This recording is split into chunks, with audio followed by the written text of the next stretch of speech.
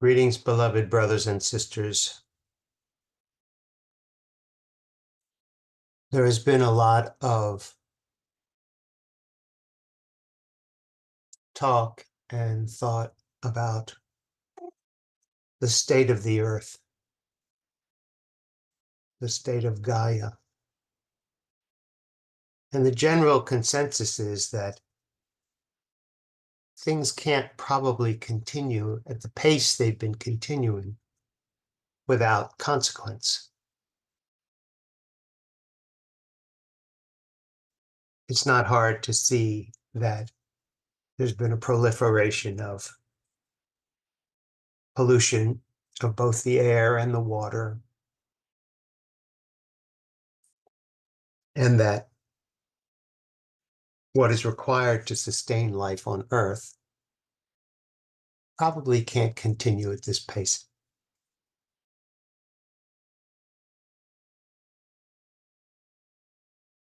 It's only natural this would bring up fear and denial.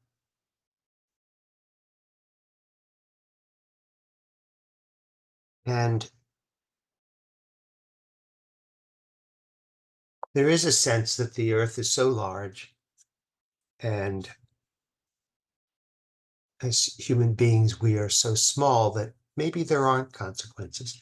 Maybe it is possible to do unto others and then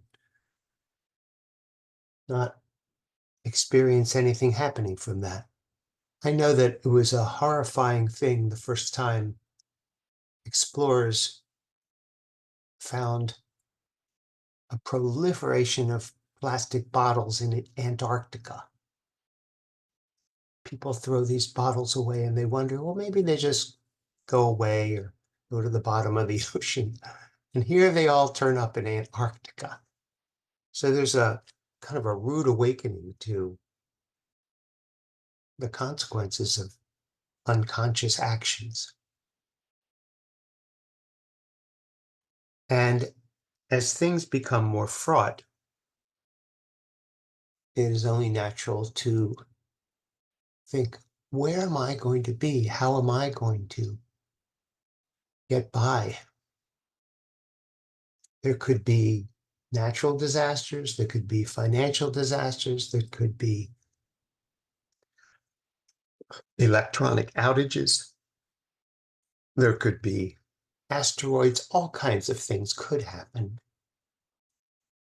And it's only natural that the instinct for survival would come up.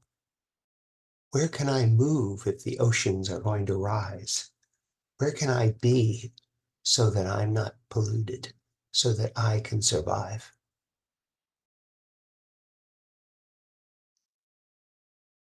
You may think, well,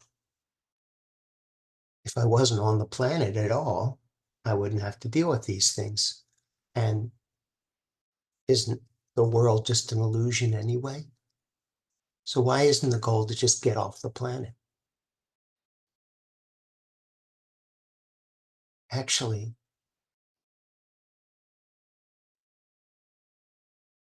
heaven is on earth, as it is everywhere. And there is a reason for things to raise in your consciousness such that you have to deal with them. But the difference is this. Let's suppose an earthquake is coming. Your first thought might be, well, where can I move where the earthquake isn't? But actually, imagine that someone could give you a helicopter ride. They pick you up and they say, okay, sit with me and let's watch what happens on the earth. That sounds like a good escape. But what you find is that what is happening on the earth is happening inside of you. And so the helicopter ride has more to do with where you identify. It's not that you leave the earth. It's not that you don't do what you do to be safe. It's where do you live? Where do you really live? Where do you reside? If you reside in a body, then you reside in fear, and your movements are all designed to preserve something that can't be preserved. It has an expiration date.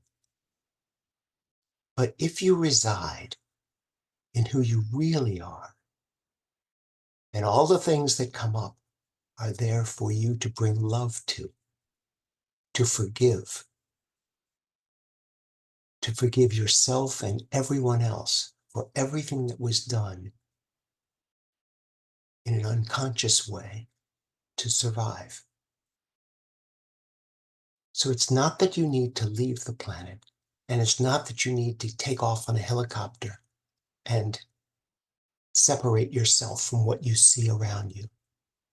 It's that your identity will not be with the things that are falling apart. Your identity will be with who you really are, which is love. And from that place of love, you'll be able to be guided to take appropriate action for yourself and for everyone else. In that way, you can actually come to embrace whatever you've denied, whatever you've unconsciously created or miscreated, and allow love to transform all of those things so that you can experience heaven on earth while your consciousness is here. And that will be quite delightful. Allow yourself to revisit that which you have denied. Let the feelings come up. Bring the fears to love. Let the earth do what it needs to do to clean itself out, because that's you cleaning yourself out.